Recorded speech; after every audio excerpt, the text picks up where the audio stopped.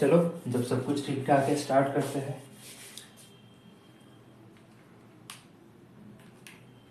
चलो डायग्राम दिख रहा है सबको, टॉपिक भी दिख रहा है सबको, ठीक है। क्लियर है सबको क्या डिस्कस होने वाला है आज। आज का टॉपिक रहेगा रेस्पिरेशन, ठीक है। रेस्पिरेशन, इसके बारे में कुछ बेसिक मैकेनिज्म जो होता है, मतलब रेस्पिरेशन का जो पूरा मैकेनिज्म होता है इसमें डिस्कस होगा, ठीक है। अब लास्ट क्लास में मैंने कुछ बताया था, ठीक है, जैसे कि ब्रीदिंग होता है, ठीक है, एयर इन करना, एयर आउट करना, ठीक है। और उसकी जो मैकेनिज्म होता है, that mean mechanism of breathing, उसको हम कहते हैं रेस्पिरेशन, ठीक है। Respiration is a pulmonary phenomena. तो चलो रेस्पिरेशन की क्या टाइप्स होता है, कौन कौन सी अलग अलग ऑर्गेनिजम्स के अंदर क्या क्या अलग अलग रेस्पिरेटरी सिस्टम देखने को मिलता है, तो वो सब लोग हम ऑलरेडी डिस्कस कर चुके हैं, ठीक है। तो आज बात करते हैं स्ट्रक्चरल डिटेल्स के बारे में, ठीक है। ओके, तो पहले डायग्राम का एक्सप्लेनेशन देख ले। तो ये है एक बेसिक लंग्स और लंग्स की जो सिस्टम है उसकी डायग्राम, ठीक है। एक एक पॉइंट डिस्कस कर लेते हैं। जो ऊपर का एकदम पॉइंट है, जो टॉप पॉइंट है, ठीक है, इसको हम कहते हैं एपिग्लॉटिस, ठीक है। ये जो पॉइंट है इसको चलो मान लो नंबर 1 मार्क कर दो, इसको नंबर 2 मार्क कर दो। इसको हम कहते हैं लैरिंग्स, ठीक है। ये जो पार्ट है, जो ट्यूब लाइक स्ट्रक्चर है, इसको हम कहते हैं ट्रेकिया। इस लैरिंग्स को हम कहते हैं वॉइस और साउंड बॉक्स, ठीक है। और इस ट्रैकिया को हम क्या कहते हैं, विंड पाइप। ये जो ब्लू कलर का स्ट्रक्चर देखने को मिल रहा है, ये जो ट्रैकिया होता है इसको सपोर्ट प्रोवाइड करता है, ठीक है। इसको हम कहते हैं हायलिन कार्टिलेज, इसको हम कहते हैं हायलिन कार्टिलेज, ठीक है। चलो इसको नंबर 3 कर दो, इसको नंबर 4 मार्क कर दो। ये हो गया लंग्स की पहले की स्ट्रक्चर, ठीक है।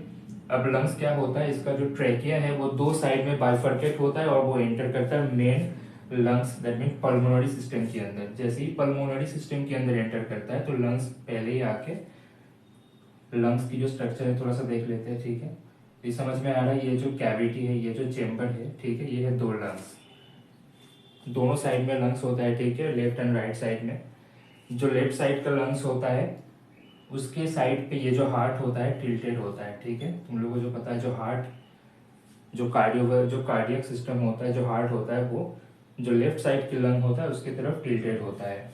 डायग्राम में ये देखने को राइट साइड में है, पर जैसे अगर मैं इसके साइड पे खड़ा होता हूँ तो जो मेरे जो लेफ्ट की साइड पे जो डायग्राम है, ठीक है, जो मेरा लेफ्ट डायग्राम है उसके साइड पे देखो मेरा हार्ट है, ठीक है।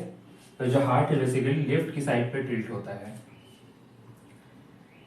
फिर ये जो पार्ट्स देखने को मिल रहा है इसको हम कहते हैं ब्रोंकियोल, ब्रोंकाई, ठीक है। ब्रोंका किससे फॉर्म होता है, ये जो ट्रैकिया अंदर जाके बाइफर्केट होता है, ठीक है, प्राइमरी सेकेंडरी एंड टर्शियरी तीनों टाइप की ब्रोंकाई में कन्वर्ट होता है, ठीक है। और जो टर्शियरी ब्रोंकाई होता है वो अल्टीमेटली जाके ब्रोंकियोल्स, ठीक है। ये जो एंड पार्ट होता है इसको हम कहते हैं ब्रोंकियोल्स, जो आगे चल के एल्वियोलाई सैक के साथ कनेक्ट होता है, एल्वियोलाई सैक के साथ कनेक्ट होता है, ठीक है। चलो इसको 5th, इसको 6th, इसको 7th मार्किंग कर देते हैं। अब 2 मेम्ब्रेन है, देखो यहाँ पर 2 मेम्ब्रेन प्रेजेंट है। एक लंग्स के ऊपर 2 मेम्ब्रेन प्रेजेंट होता है, इसको हम कहते हैं प्लूरल मेम्ब्रेन, ठीक है। तो जो बाहर की साइड पे होगा इसको हम कहेंगे external pleural membrane, external pleural membrane, ठीक है। और जो अंदर की साइड में होगा इसको हम कहेंगे इंटरनल प्लूरल मेम्ब्रेन। जो एक्सटर्नल प्लूरल मेम्ब्रेन होता है इसको, ठीक है, इसको हम विसरल मेम्ब्रेन भी कहते हैं। जो एक्सटर्नल प्लूरल मेम्ब्रेन होता है इसको हम विसरल मेम्ब्रेन भी कहते हैं। जो इंटरनल प्लूरल मेम्ब्रेन होता है इसको हम पैरिएटल मेम्ब्रेन कहते हैं, ठीक है। नाम इंपॉर्टेंट है, नाम ध्यान रखना है। इंटरनल जो होता है इसको हम पैरिएटल कहते हैं। और जो एक्सटर्नल है इसको हम विसेरल कहते हैं, राइट। अब प्लूरल मेम्ब्रेन क्या होता है, देखो जो लंग्स के बीच में ये जो दो मेम्ब्रेन है, इन दोनों मेम्ब्रेन के बीच में एक फ्लूइड होता है, इसको हम कहते हैं प्लूरल फ्लूइड। जब हम एयर को इंस्पायर करते हैं, ठीक है, तो थोड़ा सा वॉल्यूम जो होता है वो इंक्रीज होता है। अब जब रिलीज करते हैं वो वॉल्यूम डिक्रीज होता है। So during the contraction and relaxation process ये प्लूरल मेम्ब्रेन के अंदर जो फ्लूइड होता है जिसको हम प्लूरल फ्लूइड कहते हैं और इंट्रा प्लूरल फ्लूइड कहते हैं, वो फ्लूइड लंग्स को कोलैप्स होने से बचाते हैं। मतलब ये दोनों मेम्ब्रेन को एक दूसरे के साथ चिपकने से रोकता है, और अगर ये चिपक जाएगा तो लंग्स कोलैप्स कर जाएगा, ठीक है। प्लूरल फ्लूइड का काम होता है कि लंग्स की जो दो मेम्ब्रेन होता है उसको चिपकने से, एक दूसरे के साथ अटैच होने से प्रिवेंट करता है, कि जैसे लंग्स हेल्दी रहे और मेंटेन रहे लंग्स का फंक्शन। अब ये जो बाहर की शेप है, ठीक है, इसको हम कहते हैं इंटरकोस्टल मसल, इंटरकोस्टल मसल, ठीक है। और ये जो इंटरकोस्टल मसल के बीच में ये जो पार्ट से रेड कलर से मैंने जिसको मार्क किया, इसको कहते हैं रिब्स, ठीक है। बेसिकली ये जो कोस्टल होता है, ये जो टर्म कोस्टल होता है, इसका मतलब ही होता है रिब्स, ठीक है। अब इंटरकोस्टल मसल्स के अंदर, दैट मीन रिब्स के अंदर जो लंग्स, दैट मीन लंग्स की जो पूरा सरफेस है, पूरा लंग्स की जो वॉल्यूम है, इसको हम क्या कहते हैं, थोरेसिक वॉल्यूम, ठीक है। थोरेसिक वॉल्यूम और थोरेसिक कैविटी भी हम कहते हैं इसको। और ये जो दोनों लंग्स के बीच में ये जो फ्री स्पेस है, थोड़ा सा स्पेस बचा हुआ रहता है ये दोनों लंग्स के बीच में, इसको हम कहते हैं मीडियस्टिनम, मीडियस्टिनम, ठीक है। मीडियस्टिनम क्या होता है, ये जो दोनों लंग्स है, दोनों लंग्स के बीच में जो दो फ्री स्पेस है, ठीक है, छोटा सा जो थोड़ा सा स्पेस बचा हुआ रहता है, इसको हम कहते हैं मीडियस्टिनम। और ये जो नीचे एक मेम्ब्रेन देखने को मिल रहा है जिसको मैंने रेड कलर से मार्किंग किया अलग से, ठीक है, ये मेम्ब्रेन है डायफ्राम, ठीक है। ये मेम्ब्रेन है डायफ्राम। डायफ्राम का फंक्शन क्या होता है, डायफ्राम बेसिकली ये जो थोड़ा सी कैविटी है, जैसे मैंने अभी बताया कि रिब्स के अंदर जो लंग्स की जो वॉल्यूम होता है, इसको हम थोड़ा सी कैविटी कहते हैं। थोड़ा सी कैविटी और जो डायफ्राम के नीचे जो होता है उसको हम एब्डोमिनल कैविटी कहते हैं। मैं समझाता हूँ, जैसे मान लो यहाँ पर रिब्स खत्म होता है, ठीक है, और यहाँ पर एब्डोमेन स्टार्ट होता है, तो रिब्स और एब्डोमेन के बीच में एक क्रिसेंट शेप एक मेम्ब्रेन होता है, एक डायफ्राम होता है, ठीक है, एक मेम्ब्रेन जिसको हम कहते हैं मसल होता है बेसिकली, जिसको हम कहते हैं डायफ्राम। तो डायफ्राम का फंक्शन क्या होता है, diaphragm is basically a barrier between thoracic cavity and abdominal cavity. Diaphragm के नीचे जो भी कैविटी है अप टू द वेस्ट, ठीक है, कमर तक जो भी कैविटी होता है उसको कहते हैं एब्डोमिनल कैविटी, और एब्डोमिनल मसल्स के अंदर आता है वो, ठीक है। तो लंग्स की डायग्राम क्लियर सबको? लंग्स की डायग्राम में किसी को कोई तकलीफ है, कोई प्रॉब्लम है, किसी को any doubt? Does anyone has any doubt in the diagram?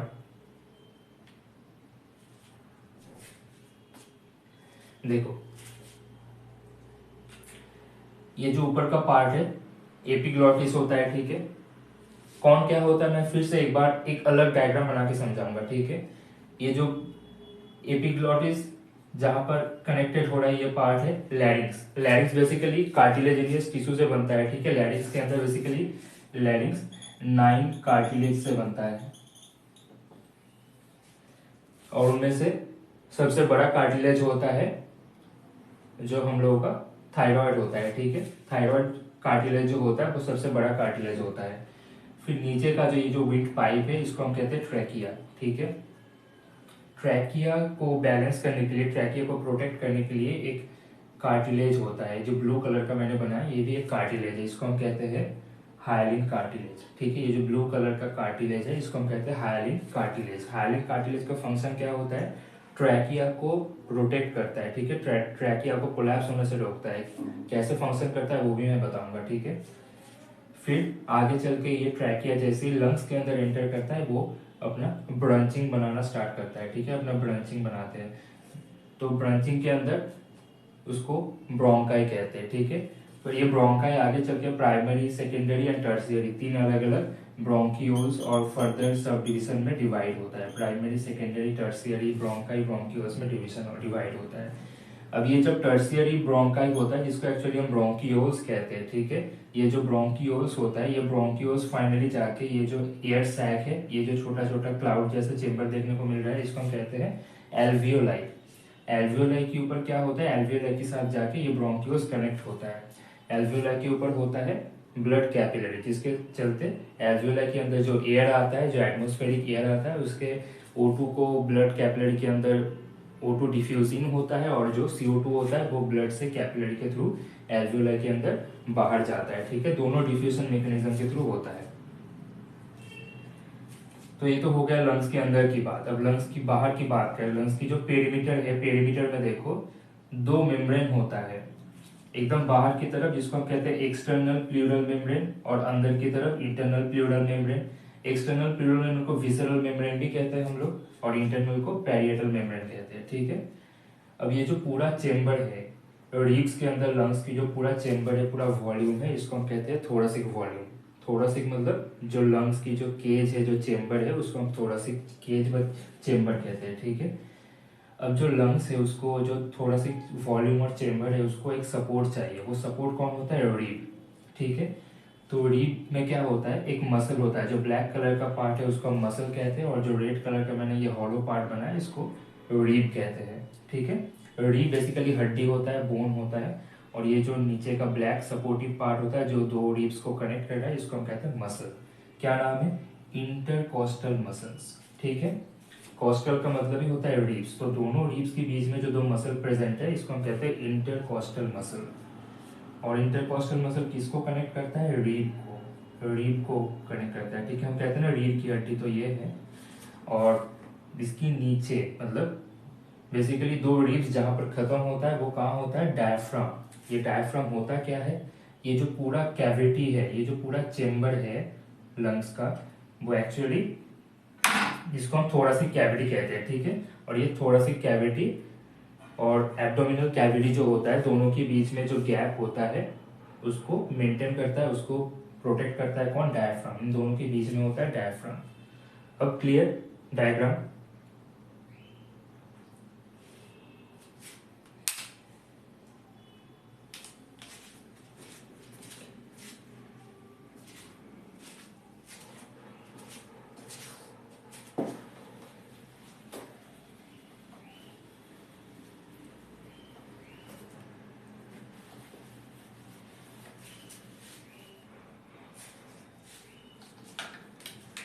अब देखो थोड़ा सा मैं इसको एक्सप्लेन कर देता हूँ, जैसे कि एपिग्लॉटिस क्या होता है। तो मैंने बोला, जब मैंने फूड पाइप पढ़ाया था, तो देखो यहाँ पर एक डायग्राम बनता है, ठीक है।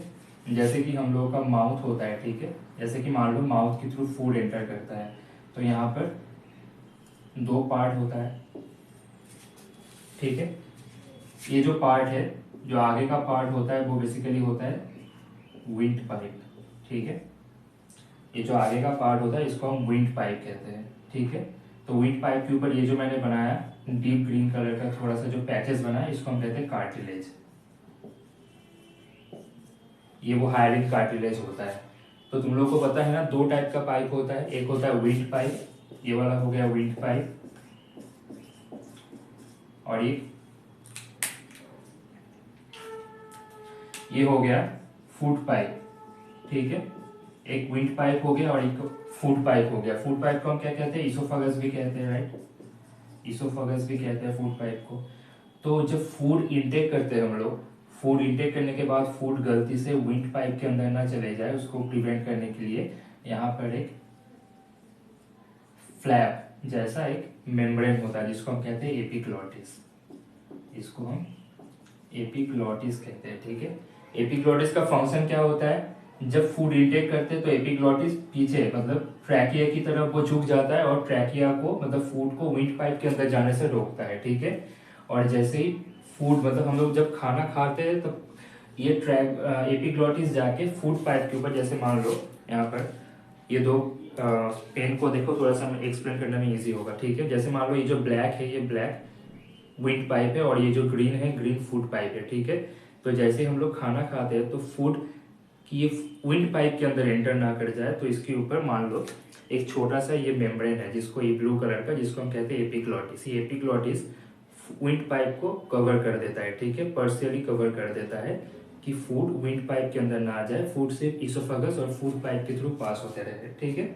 और जैसे ही जब खाना खा लेते हैं हम लोग तो देखोगे फिर से ये एपिग्लॉटिस जो होता है वो अपनी जगह पर नॉर्मल पोजीशन पे आ जाता है, मतलब दोनों पाइप के बीच में आ जाता है फिर से, ठीक है।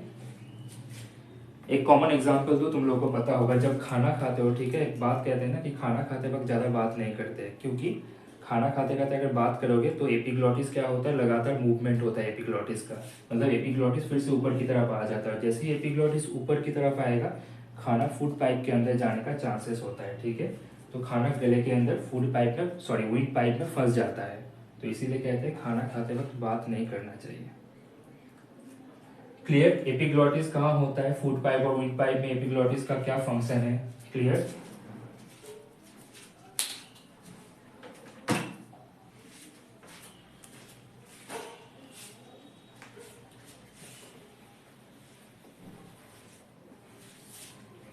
चलो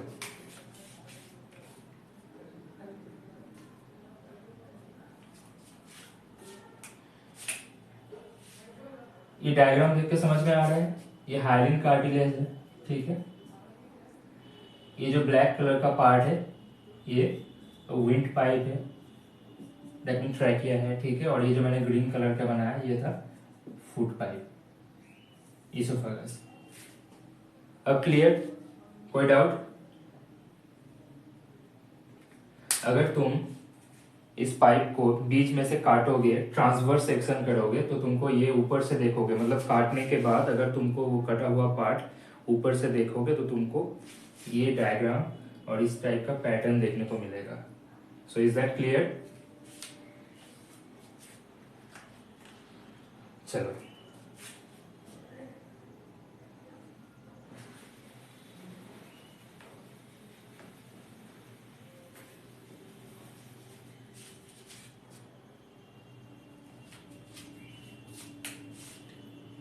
अब थोड़ा सा डायग्राम के साथ देख लेते हैं ये पैसेज कैसा होता है, ठीक है।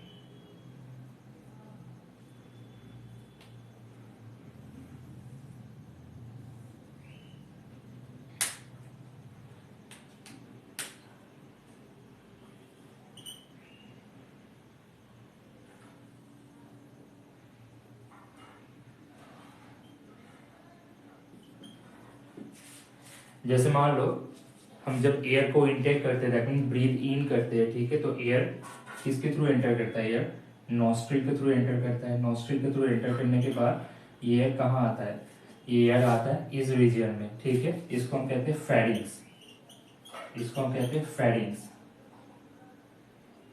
ठीक है। फेरिंग्स में क्या होता है, फेरिंग्स एक कॉमन पैसेज होता है जिसके थ्रू एयर, ठीक है, ट्रैकिया के अंदर जाने से पहले माउथ के अंदर जिस एरिया में एयर एग्जिस्ट करता है before entering to the food windpipe, इसको हम कहते हैं फेरिंग्स। तो फेरिंग्स के थ्रू वो एयर फर्दर कहाँ एंटर करता है, ट्रैकिया के अंदर, ठीक है। ट्रैकिया के अंदर एयर एंटर करता है और एयर का मूवमेंट होता है, ठीक है। एयर एंटर किया नेसल नॉस्ट्रिल के थ्रू, तो यहाँ पर जो नेसल कैविटी होगा, नेसल कैविटी के थ्रू वो फेरिंग्स तक आएगा, फेरिंग्स से आगे चल के आएगा वो ट्रैकिया के अंदर, ठीक है। और फिर आगे चल के ट्रैकिया से धीरे धीरे वो मूवमेंट होगा और फाइनली एल्वियोलाई तक जाके पहुंचेगा और वो ब्लड कैपिलरी से उसका एक्सचेंज हो जाएगा।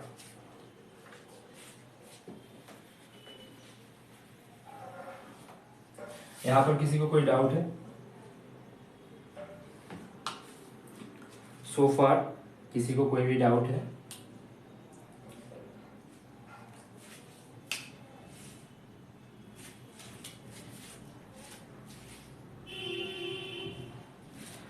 चलो अगर मैं बात करूं पैसेज की, passage of air, human system के अंदर एयर की पैसेज कैसे होता है, अगर स्टेप बाय स्टेप बात करें तो सबसे पहले कौन आएगा, नॉस्ट्रिल, राइट। नॉस्ट्रिल के थ्रू एयर किसके अंदर जाएगा, nasal cavity, nasal cavity. Nasal cavity से कहा जाएगा वो एयर, नेसल कैविटी से जाएगा वो फेरिंग्स के अंदर, ठीक है। मैंने बताया था ना फेरिंग्स वो कॉमन पैसेज होता है जहां पर एयर माउथ के अंदर, ट्रैकिया के अंदर और विंड पाइप के अंदर जाने से पहले जहाँ एयर एग्जिस्ट करता है उसको कहते हैं फेरिंग्स।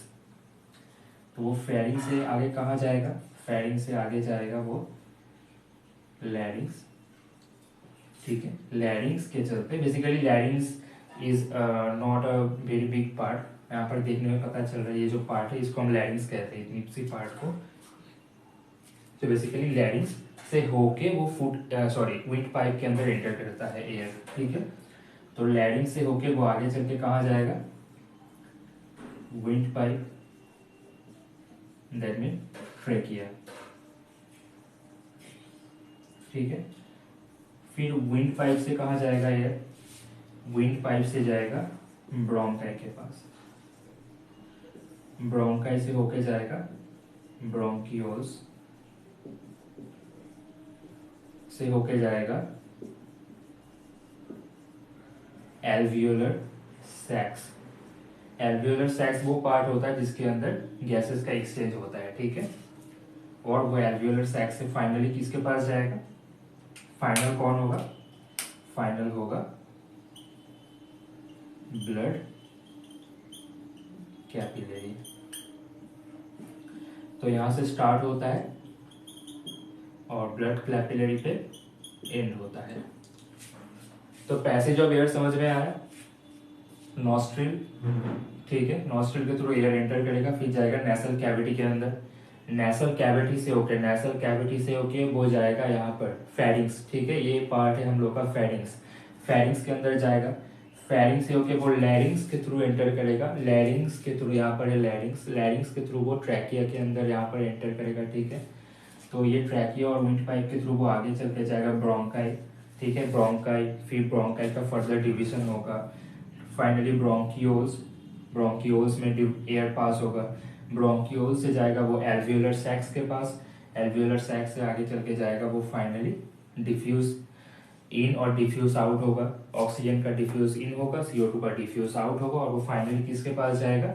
ब्लड कैपिलरी के अंदर जाएगा। अब ब्लड कैपिलरी में क्या होता है? ब्लड कैपिलरी में ब्लड के अंदर ब्लड होगा, ब्लड के अंदर हीमोग्लोबिन होगा, हीमोग्लोबिन ऑक्सीजन को ट्रैप करता है। ठीक है, एक इंपॉर्टेंट पॉइंट ध्यान रखना, एक हीमोग्लोबिन मॉलिक्यूल 4 ऑक्सीजन को ट्रैप करता है। ठीक है, 1 हीमोग्लोबिन और एक haemoglobin protein can trap 4 oxygen molecule. तो ये था passage of air through nostril, through nose to blood capillary. Is that clear? Passage of air clear है सबको? पैसेज ऑफ एयर में किसी की कोई तकलीफ? ओके।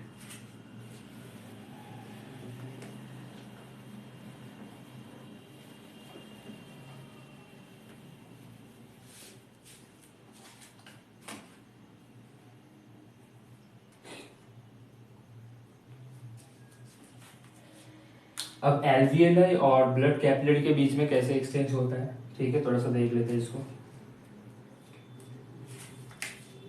कुछ ऐसा होता है एल्वियोलाई, ठीक है,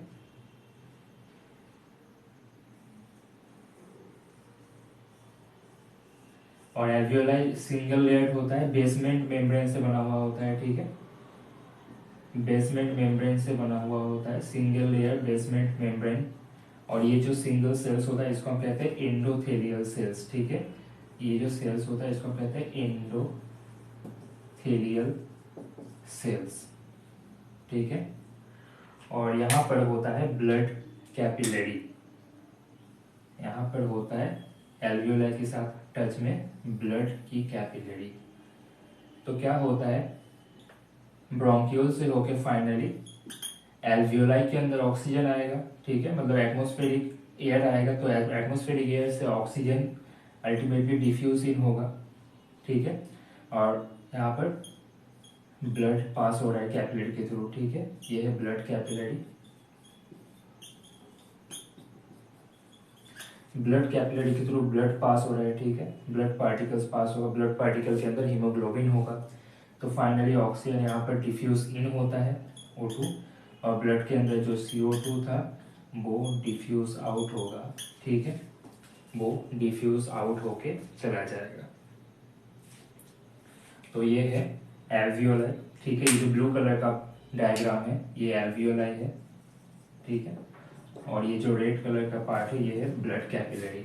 तो ब्लड कैपिलरी एंड एल्वियोलाई के बीच में कैसे गैसियस एक्सचेंज होता है समझ में आया, ठीक है। यही डायग्राम तुम लोग देखोगे किताब में दिया हुआ है ऐसे, ठीक है। इसको मैं अगर थोड़ा सा एक्सटेंड करूँ यहाँ पर देखोगे, यहाँ पर मल्टीपल डायग्राम दिया हुआ है, ठीक है। एल्वियोलाई दिया हुआ है और एल्वियोलाई के ऊपर देखोगे ब्लड की कैपिलरी यहाँ पर रैंडमली फैला हुआ है, ठीक है। कुछ ऐसा डायग्राम बुक में दिया होगा। तो ये जो ब्लड आता है, सॉरी ये जो एयर आता है इसके अंदर, वो ये जो रेड कलर की ब्लड कैपिलरी है, ब्लड कैपिलरी का जो मेम्ब्रेन होता है, ठीक है, ब्लड कैपिलरी की मेम्ब्रेन के थ्रू वो डिफ्यूज इजीली हो जाता है, ठीक है। ऑक्सीजन डिफ्यूज इन होता है और कार्बन डाइऑक्साइड बाहर होता है, दैट मीन ब्लड से CO2 डिफ्यूज आउट हो जाता है। तो गैसियस एक्सचेंज जो होता है वो उसका मैकेनिज्म आई होप कि समझ में आया। Is that clear? ये मैकेनिज्म गैसियस एक्सचेंज का mechanism clear? Is okay.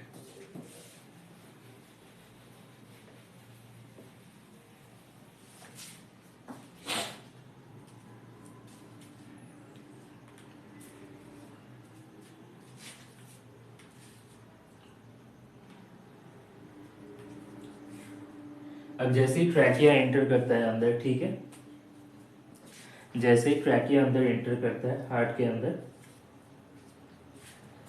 Sorry lungs के अंदर एंटर करता है, ठीक है। यहाँ पर ट्रैकिया जो है, ट्रैकिया लंग्स के अंदर एंटर किया, ठीक है।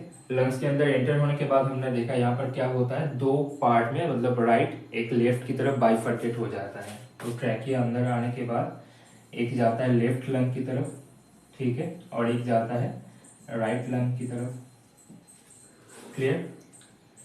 तो जो लेफ्ट लंग होता है हमेशा याद रखना उसके अंदर दो लोब होता है। लोब मतलब फ्रैगमेंट। अगर किसी भी ऑर्गन को उठा के देखोगे उसके अंदर एक फिशर, फिशर का मतलब होता है एक कैविटी देखने को मिलता है, उसको हम लोब कहते हैं, ठीक है।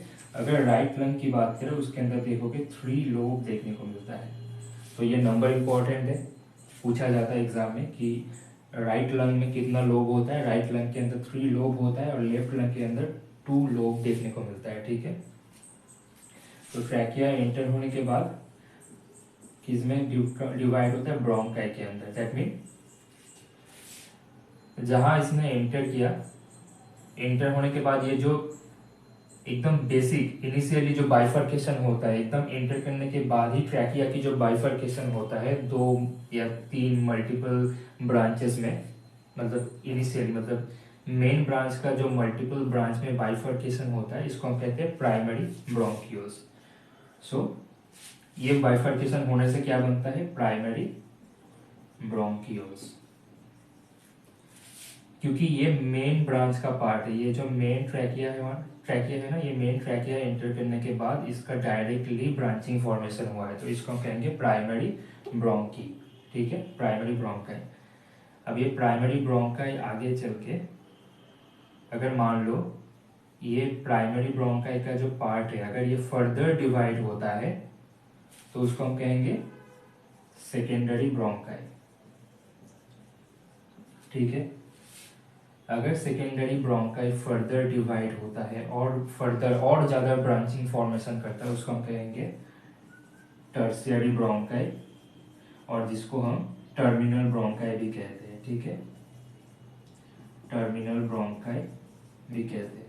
ब्रोंकाई में एक की बात कर रहा हूँ, ठीक है, मल्टीपल ऐसे होगा तो उसको हम ब्रोंकियोल्स कहेंगे।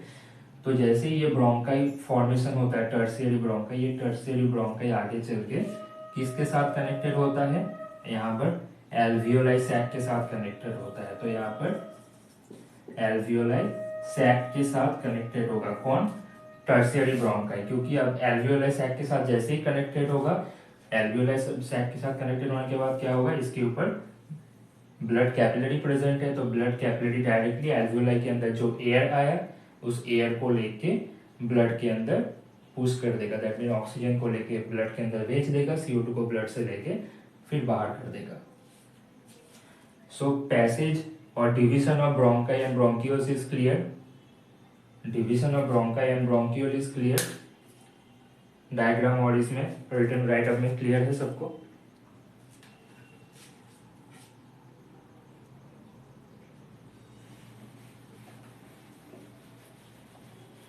ओके,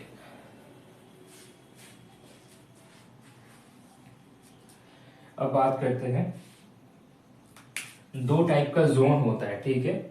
जैसे पूरा जो लेके विंड पाइप से लेके लंग्स तक ब्लड जो एयर का एंट्री होता है, जो एटमॉस्फेरिक एयर का जो एंट्री होता है, उसको हम पूरा दो पार्ट में, दो पैटर्न में डिवाइड करते हैं। एक को हम कहते हैं कंडक्टिंग जोन, दो जोन में डिवाइड करते हैं। एक को कहते हैं कंडक्टिंग जोन और दूसरे को कहते हैं रेस्पिरेटरी जोन। Respiratory zone. अब दोनों में डिफरेंस क्या है, देखो। जो कंडक्टिंग जोन होता है, कंडक्टिंग जोन बेसिकली उसका जो लिमिटेशन होता है वो होता है ट्रैकिया से लेके, मतलब जहां फेरिंग से होके एयर ट्रैकिया के अंदर एंटर किया, ट्रैकिया से लेके जो tertiary, that mean tertiary bronchioles जो होता है, वहां तक जो एयर का पैसेज और मूवमेंट होता है उसको हम कहते हैं कंडक्टिंग जोन। कंडक्टिंग का मतलब क्या होता है कि टर्शियरी ब्रोंकियोल्स तक बस एयर फ्लो होता है, यहाँ पर एयर कहीं पर जाके एब्जॉर्ब या डिफ्यूज इन या एंटर नहीं होता है, मतलब एयर का यूटिलाइजेशन नहीं होता है। यहाँ पर इतनी सी जो पैसेज होता है, इस पैसेज के अंदर एयर का कोई यूटिलिटी और कोई यूटिलाइजेशन नहीं होता है, ठीक है। इस पैसेज के अंदर एयर का मॉडिफिकेशन होता है। कंडक्टिंग जोन के अंदर क्या होता है, एयर के अंदर डिफरेंट मॉडिफिकेशन होता है। क्या क्या मॉडिफिकेशन होता है देख लो। फर्स्ट, जब भी एटमॉस्फेरिक एयर एंटर करता है बॉडी में, ठीक है, एयर के अंदर बहुत सारे फॉरेन पार्टिकल्स होता है, डस्ट पार्टिकल्स होता है, ठीक है। सो उसको रिमूव करना होता है, removal of foreign and dust particles,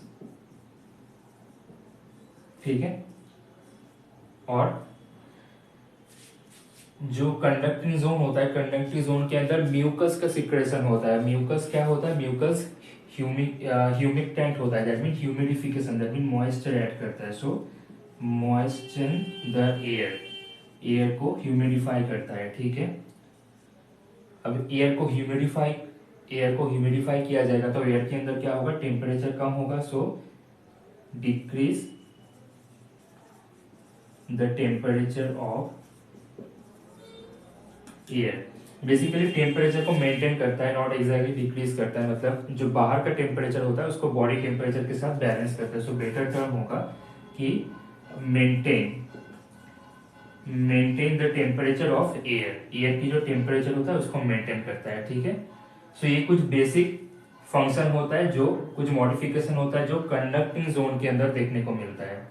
तो कंडक्टिंग जोन का पैसेज और ड्यूरेशन कहाँ तक है, इतना इंपॉर्टेंट है, ठीक है। ट्रैकिया से लेके टर्शियरी ब्रोंकियोल्स तक जो पैसेज है, जितना पैथवे है, वो होता है कंडक्टिंग जोन।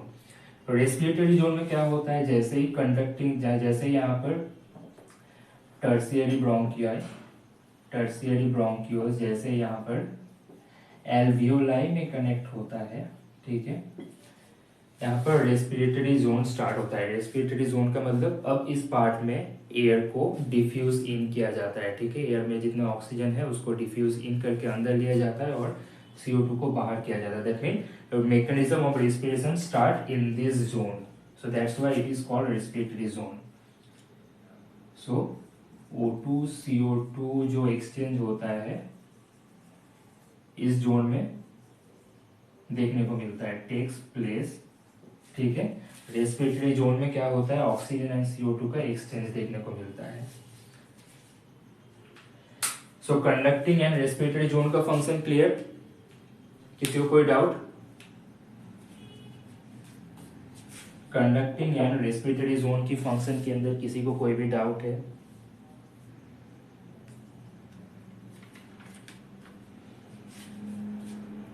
यस और नो?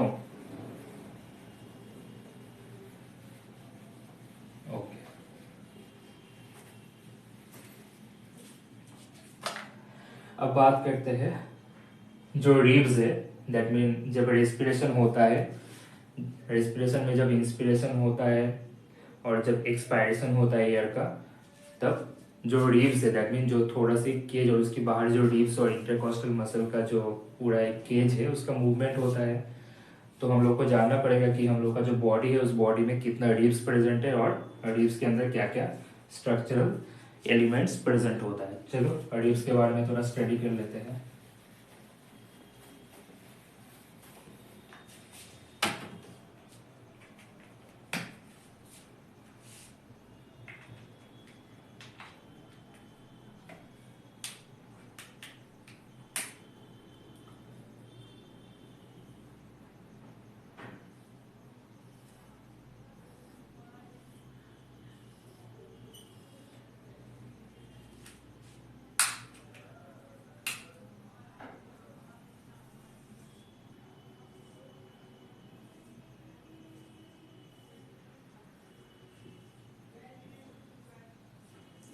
पीछे का जो ब्लू कलर का जो डायग्राम है उसको विंड पाइप के साथ कंफ्यूज मत करना। ये मैं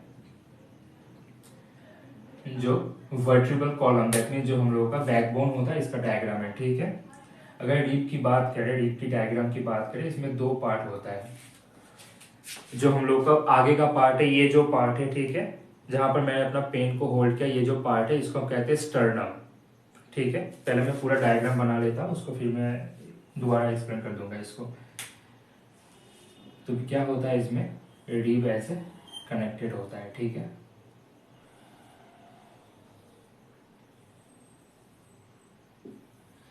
पूरा रीब्स मैं नहीं दिखा सकता, बस ऐसे ही समझाने के लिए, ठीक है। कुछ मैं डायग्रामेटिकली इसको एक्सप्लेन कर देता हूँ यहाँ पर।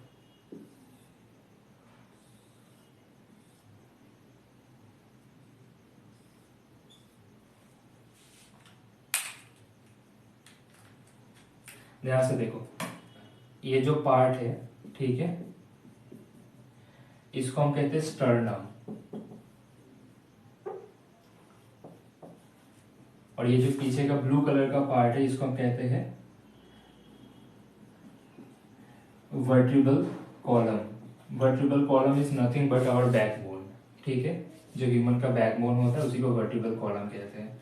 और ये जो रेड रेड डायग्राम देखने को मिल रहा है, ये है रीब, रीब की हड्डी, ठीक है।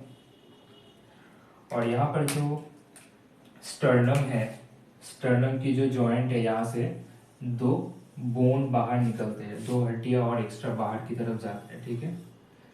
इस हड्डी को हम कहते हैं क्लेविकल।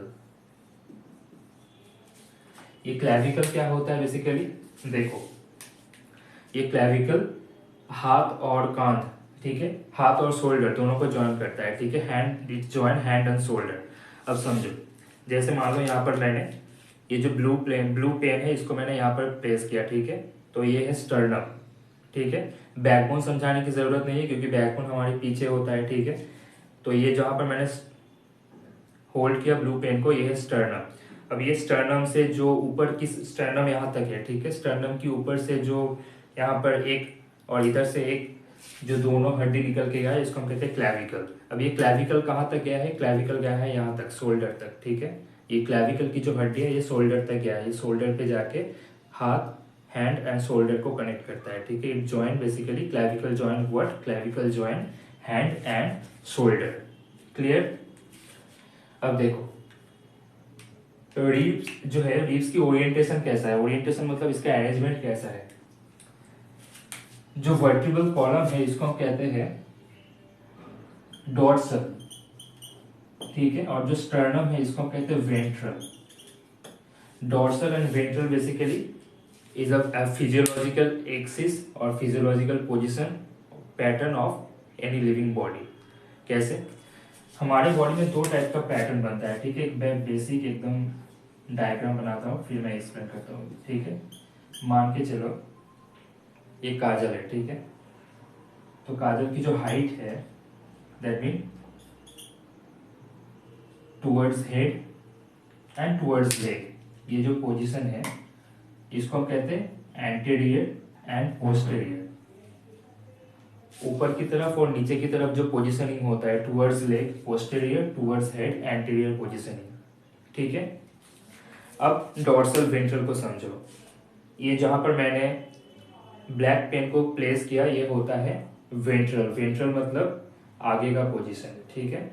और जहां पर मैंने ये ब्लू पेन को प्लेस किया, ठीक है, ये ब्लू पेन को जहां मैंने स्पेस किया, मान के चलो मैंने यहाँ पर सर पे प्लेस करके दिखाता हूँ इसको, ठीक है। मैंने ये ब्लैक पेन को लिया, ब्लैक पेन को मैंने फोरहेड पे प्लेस किया, ठीक है। ये फोरहेड है हमारा ventral, ventral position. Ventral means front position.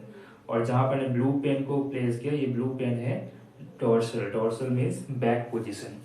So dorsal and ventral basically indicate back and front, and anterior and posterior जो positioning होता है वो basically indicate करता है up and downward position, ठीक है। anterior basically जो head, जो सिर की position होता है उसको indicate करता है, and posterior basically जो leg की position होता है उसको indicate करता है। So positioning is clear, anterior, posterior and dorsal ventral positioning क्या होता है, क्योंकि ये positioning का नाम बार बार आएगा आगे। AP positioning and ventral dorsal positioning सबको क्लियर है? यस और नो?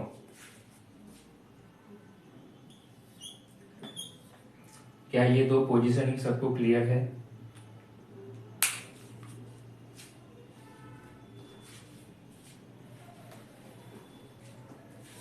अब बात करते हैं रिब्स की।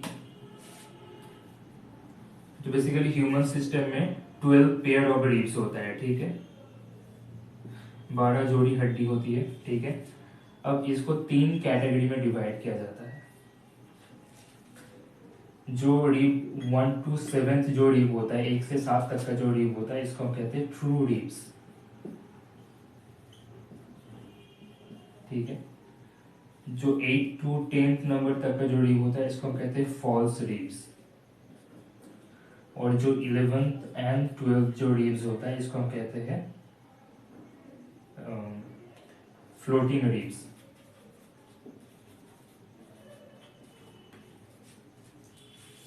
अब ये क्या होता है समझो। जो 1 to 7 रिब्स होता है, ये ribs they connect both vertebral column and sternum. मतलब ये जो स्टर्नम की जो हड्डी है इससे इसके साथ भी कनेक्टेड रहता है, और जो पीछे जो बैकबोन है बैकबोन के साथ भी कनेक्टेड होता है। तो मैंने यहाँ पर वर्टिब्रल कॉलम प्लस स्टर्नम दोनों के साथ ये कनेक्टेड होता है, तो इसीलिए इसको ट्रू रिब्स कहा जाता है, ठीक है। जो 8 to 10 रिब्स है इसको कहते हैं फॉल्स रिब्स।